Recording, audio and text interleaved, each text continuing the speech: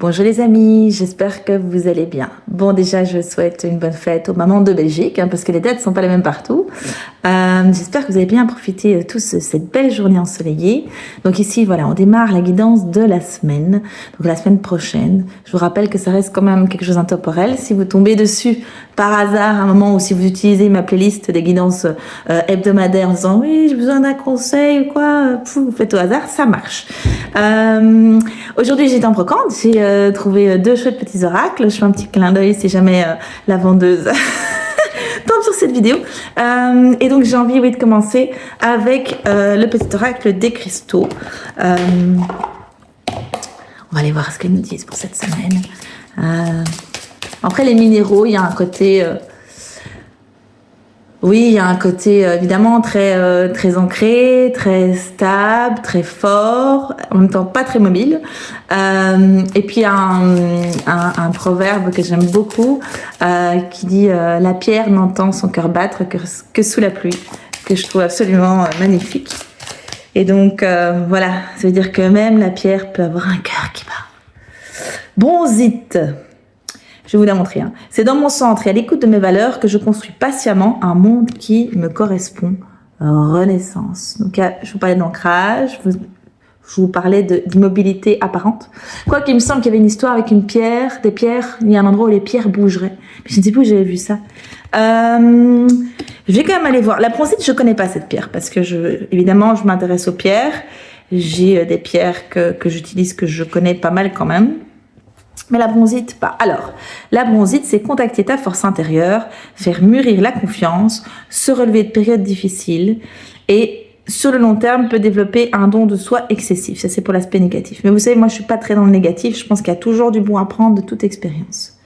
Donc, c'est toujours la question de comment transformer une expérience peut-être inconfortable en une opportunité.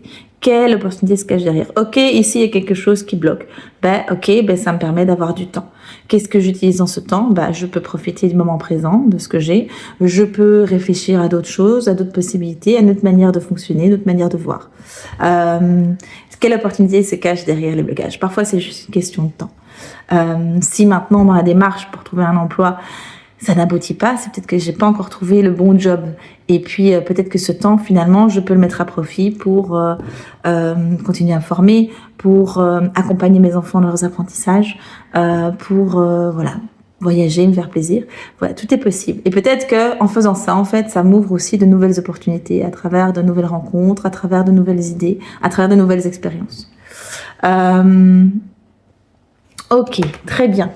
Vie antérieure. On me dit de prendre les vies antérieures. On va voir un peu. En tout cas, il y a une notion vraiment de construction progressive avec quelque chose qui est vraiment fort dans la stabilité, dans l'ancrage, quelque chose de solide, quelque chose de sain aussi. Moi, je trouve qu'il y a vraiment ce côté... je sais pas si vous voyez au niveau de la couleur, on est sur de la terre, mais il y a comme de l'or qui se mélange. C'est de la terre qui brille. C'est vraiment particulier. Donc, il y a vraiment un cadeau à aller chercher dans cet espace-temps un peu particulier. Et au plus on accepte de ne pas entrer en lutte envers ce sur quoi on ne sait pas avoir de contrôle, au plus on ouvre le champ des possibles aussi. Plus on ouvre le champ des possibles, mais il y a autre chose. En fait, il y a une notion de choisir comment on veut vivre. C'est-à-dire c'est toujours l'histoire, voilà, je peux évidemment voir, alors en très très synthétique, le verre à moitié vide, le verre à moitié plein, mais j'ai déjà fait une vidéo là-dessus. Le verre vide est parfois plus intéressant qu'un verre à moitié plein parce que il y a plein de potentiel, je peux boire autre chose, je peux demander au charmant barman de me servir autre chose et discuter avec lui, je peux me faire offrir un verre, je peux en offrir un à quelqu'un d'autre, je peux quitter le bar, je peux quitter même s'il est plein, c'est pas ça, mais voilà. Il y a un champ des possibles toujours très vaste, même à travers les blocages, à travers les frustrations, et il y a vraiment ici cette notion de le temps est un cadeau. Le temps est nécessaire pour pouvoir transformer le plomb en or peut-être, pour pouvoir avoir accès à certaines choses de mieux et de bien. Et ça, c'est valable pour tous les plans. Moi, je vous parlais de l'exemple professionnel, mais voilà, voyez comment ça résonne pour vous. Bon, ben, j'ai envie de dire, on est... Vous avez l'impression que vous êtes en situation de blocage au niveau professionnel. Pardon. Oui, je suis pas obligée de toujours tirer les cartes de ce que je dis quand même. Bon. Non, c'est très bien, je suis très contente. J'aime bien parce que alors ça vient me confirmer, vous savez, j'ai un côté, enfin vous savez, vous ne savez pas, j'ai un côté un peu pragmatique, alors j'aime bien avoir une confirmation de la matière. Ok, apporte-moi, et pas que. Non, oui, celle-là. Ok, contrat d'âme. Oui, ça c'est quelque chose dont je dois vous parler aussi parfois. Il y a une notion aussi à travers les blocages ou à travers les épreuves qu'on peut vivre. Bon après, voilà, vous pouvez ne pas adhérer au principe. Moi, c'est quelque chose auquel j'adhère, c'est ma manière de voir, même si c'est pas toujours confortable. Donc, il y a cette notion de ce qu'on vient expérimenter sur Terre et on le choisit en partie. Alors, pas nous, pas moi qui suis sur Terre là, qui vis l'expérience, mais la partie de moi supérieure, où on pourrait dire l'univers, la source, Dieu, peu importe, mais qui va venir un peu faire que les choses vont être fluide dans certains espaces, qu'il va y avoir des blocages, etc. Qu'à un moment donné, on va se retrouver en situation inconfortable, qui va nous obliger à changer. Moi, je pense qu'il y a toujours quelque chose de bienveillant là-bas derrière. Et donc, ça veut dire que même dans quelqu'un qui se comporte mal avec moi, je vais avoir une grille de lecture à plusieurs niveaux. C'est-à-dire que là, tu as un comportement qui n'est pas OK pour moi, pour telle et telle raison. Alors, je peux le dire à la personne, je peux ne pas le dire, ça c'est un choix. Mais je veux dire, dans ce truc-là, l'expérience, ça ne me convient pas. Et après, si je vais sur cet espace-là de Dieu, la source, l'esprit supérieur, je dis, ok, cette expérience, elle n'est pas confortable pour moi. Qu'est-ce que ça m'invite à faire? Quels changements je peux effectuer? Un, pour que ça ne se reproduise pas. Et deux, peut-être pour aller vers quelque chose qui est mieux. Si ça se passe, c'est que c'est pas ok. Si la personne me traite mal, ça peut être aussi, mais ça c'est une analyse évidemment à faire, parce que la personne a une vision, a une manière de concevoir la relation qui est pas saine et qui est pas en tout cas juste ou adéquate avec la mienne. Et donc à ce moment-là, je peux choisir alors de changer l'autre, je ne peux pas. Donc je peux choisir de me changer moi et je peux choisir aussi de quitter cette relation. Alors je parle de relation, ça peut évidemment se faire, c'est dans le sens plus large. Ça peut se voir au niveau professionnel. Donc, contrat d'âme, ça veut dire qu'il y a une sorte de... Sur le plan terrestre, je pourrais dire c'est dégueulasse, c'est franchement pas acceptable. Et sur le plan plus spirituel, énergétique, du grand tout, il y a une invitation à quelque chose d'autre. Quelque chose d'autre qui est mieux. On génère un changement. On va induire une direction. On va... créer des nouveaux espaces, on va créer un nouveau point de regard, parce qu'il y a des choses qui ne sont pas forcément bonnes pour nous dans l'ici maintenant, ou dans ce qu'on veut faire, ou dans ce qu'on est amené à faire, ou ce qu'on a envie de faire, en tout cas sur cette terre, quelque part, le grand programme qu'on a prévu. Je pense pas que tout est écrit dans le marbre, mais je pense qu'il y a certaines choses, effectivement, qu'on peut accomplir. Et pour les accomplir, il faut qu'on soit depuis les bons espaces. C'est parfait, je peux ranger les cartes des vies antérieures. Ok, donc ça c'était un truc important. Bien sûr, au niveau, ça n'est que ma vision à moi. Je vous demande pas d'adhérer. Je vous laisse évidemment y réfléchir et venir expérimenter par vous-même.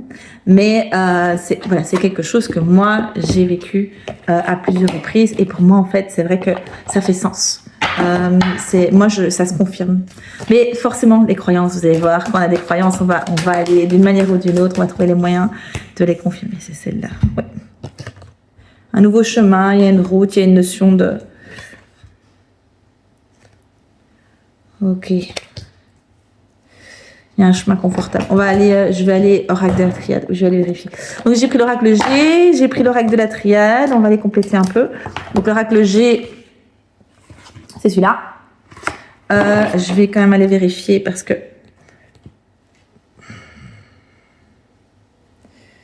Oui, c'est ça. En fait, la route, il parle d'accident, voilà. Alors, de nouveau au sens métaphorique du terme. Et 12, ici on est sur l'épée, le poignard. Il y a une notion de méchanceté, de violence, etc. Voilà, c'est du pas chouette, quoi. Ok. Et donc, que vient nous dire l'oracle de la triade? Hoppa. Voilà, ce n'est pas le bon ordre. exactement. Ce n'est pas l'ordre des choses, ce n'est pas l'ordre divin de subir ça. Donc ça, parfois, c'est pour nous éviter d'aller vers ça. Les petits accidents, les petits travaux, les petits trucs qui nous amènent à faire des détours au niveau de la route. Ici, il y a une notion de pouvoir nous faire éviter. Voilà, et de pouvoir remettre, donc ici on n'est pas dans l'ordre, mais remettre de l'ordre, remettre les choses dans l'ordre. Pour l'instant, il y a une notion de, c'est pas dans le bon ordre. Par rapport à ce que vous voulez faire, par rapport à vos aspirations, par rapport à qui vous êtes. Dans le contexte, c'est ça. Si maintenant, par exemple, c'est un échec professionnel, donc si vous avez postulé à un truc et que vous n'avez pas le poste, c'est parce que c'est pas OK pour vous. C'est pas juste pour vous. C'est pas sain pour vous. OK? Là, on parle de toxicité. Là, on parle de pas de protection. Et là, on parle de, il n'y a pas d'ordre, il n'y a pas d'équilibre. Il n'y a pas de justice. Il n'y a pas d'échec. Il y a juste, parfait. Voilà. On veut que vous alliez vers l'oméga. On veut aller vers l'oméga. Prendre des petits cristaux. L'oméga. Et ici, on est quand même dans la Renaissance. L'alpha et l'oméga. L'alpha, c'est la première lettre. L'oméga, c'est la dernière. Je vais quand même regarder la définition, l'explication qu'il a donnée. On va pas faire trop long, on a déjà 11 minutes. Alors, l'oméga, qu'est-ce qu'il nous raconte, l'oméga? En français, c'est mieux. Je peux le faire en anglais, mais c'est mieux en français quand même. Oui, aboutissement, achèvement, issue, finalité, fin de cycle. C'est marrant hein, parce qu'on a les deux extrêmes. Donc, il y a une notion de renaissance et il y a une notion de fin de quelque chose. Mais la renaissance, le début de quelque chose nécessite souvent la fin de quelque chose d'autre. Mettre fin à ce cycle de petits trucs pas chouettes, de toxicité, de mauvais traitement, l'absence de sécurité, l'absence de protection, l'absence de justesse, l'absence d'équilibre. Donc c'est à ça qu'on veut mettre fin. Et donc à travers ce qui n'aboutit pas dans le sens où vous avez envie, c'est un cadeau. Très bien. Oui.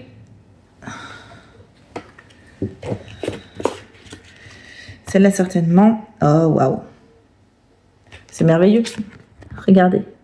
Amétrine. Elle est magnifique. Quand je conjugue ma liberté de penser et d'agir, j'offre au monde les plus belles facettes de mon être. Croire. C'est vraiment cette notion de liberté. Cette notion de sortir d'un cadre dans lequel vous êtes. Ça peut être une forme de pensée, ça, je vous ai dit, ça peut être des relations, ça peut être... Bon, ici, ça parle quand même de contexte professionnel, mais vous pouvez étendre évidemment à d'autres espaces. Hein. Ok. Ce vers quoi tu vas? Oh, ok. Il y a une notion de pardon ici à travers l'amazonite. L'amazonite, c'est une pierre que j'aime beaucoup. Accepter notre passé émotionnel est la clé pour retrouver notre liberté actuelle. Ouverture. Alors, pour moi, c'est pas la seule clé. Mais il y a peut-être une notion de lâcher prise, de pardonner, de se pardonner à soi, peut-être une notion de, à travers cette carte, moi je pense, je suis pas assez bien, je suis pas assez compétent, c'est de ma faute si, notion de culpabilité, de manque d'estime de soi, etc. Il y a une notion de pouvoir, en tout cas, se dire, et si en fait c'était pas ça? Et si en fait c'est juste parce que c'est pas bon pour moi et parce que c'est pas la juste place, parce que c'est pas le bon contexte, parce que c'est pas le bon moment. Ok.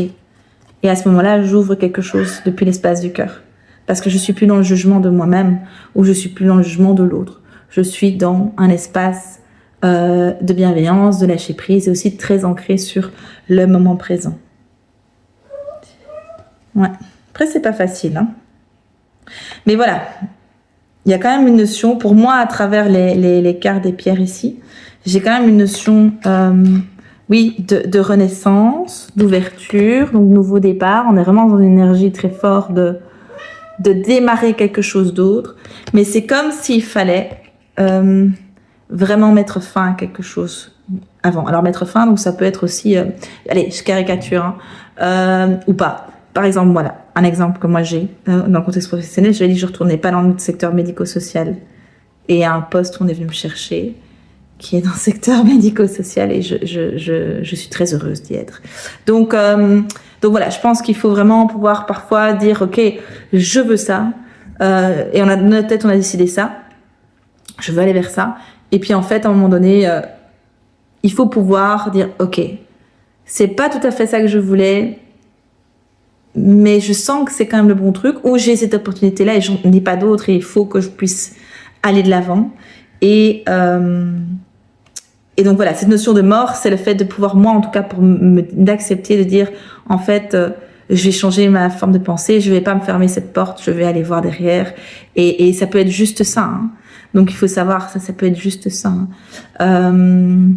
Ça peut être aussi une notion que, voilà, au niveau professionnel, pour que je sois dans de la réussite, il faut que je sois indépendant. Ou à l'inverse, pour que je sois dans un côté sécuritaire, je dois rester employé. Vous voyez ce que je veux dire? Il y a cette notion ça peut être simplement une croyance limitante qu'il faut débloquer pour pouvoir avancer. Et donc à travers cette amétrine, avec le fait de croire, pour moi il y a une notion de foi en soi et de foi en la vie. Mais la vie ici, elle vient vous dire, quels que soient les blocages que vous rencontrez, hein, que c'est parce que c'est pas bon pour toi là dans l'ici maintenant. Ou dans l'absolu. J'entends plutôt dans l'absolu même. Et donc, voilà. Il y a une notion de trouver le bon chemin. Trouver le bon chemin pour soi. Et de lenteur. Je m'écoute moi. Qu'est-ce qui est important finalement? Cette heure médico-sociale, c'est pas tellement ça le problème. J'ai besoin de trouver un endroit qui est en adéquation avec mes valeurs. Cet endroit-là est en adéquation avec mes valeurs, oui. À tous les niveaux, oui. Est-ce que je peux m'épanouir? Oui. Est-ce que j'ai les compétences? Oui. À un moment donné, ok, c'est bon, c'est oui. Vous voyez ce que je veux dire? Donc, il faut pouvoir aller de l'avant et mettre de côté parfois les choses qu'on se dit, ça doit être comme ça. Ok. Parce que c'est comme ça que je conçois, parce que j'ai eu une mauvaise expérience, parce que... Ok. Mais là, ça peut être autrement. Et ça peut être une excellente expérience. Et ça peut être ok. Voilà, bon, c'est tout pour cette guidance. J'espère que ça t'aura parlé. Elle aura été un peu longue. J'espère en tout cas que ça t'aura parlé. N'hésite pas, donc ça reste une guidance générale. Donc si tu as besoin d'un conseil, un accompagnement, un mini tirage, je peux faire ça à distance. Tu peux me contacter via mon site. Toutes les informations sont dans les infos, c'est pas en commentaire, dans les explications de la publication si tu es sur YouTube. Si tu as ma page sur ma page Facebook, tu sais trouver, me contacter via ma page. Si vous êtes sur Insta, TikTok, vous allez sur mon site, vous avez un lien WhatsApp, donc vous n'hésitez pas. Voilà, je vous souhaite une excellente semaine. Oui, plein de bonnes choses pour cette semaine. Ça peut paraître... je sais pas comment vous sentez après cette guidance, mais moi, ce que je trouve, c'est qu'il y a beaucoup d'espoir. Voilà. Je trouve qu'il y a plein de promesses. De belles promesses, un beau trésor, peut-être un peu caché pour le moment, c'est peut-être pas confortable, mais revenez vraiment dans votre centre. Où est-ce que je suis maintenant? Comment est-ce que je me sens maintenant? Est-ce que vraiment je suis en insécurité? Est-ce que vraiment je suis... venez chercher à l'intérieur de vous qu'est-ce qui vous nourrit, qu'est-ce qui vous rend heureux, qu'est-ce que vous souhaitez vraiment, peut-être pas en termes de tel type de job si on est dans un contexte professionnel par exemple, mais plutôt de comment est-ce que je souhaite me sentir dans mon travail, qu'est-ce que je souhaite accomplir, quelles sont mes valeurs. Donc revenir à l'essentiel. À bientôt.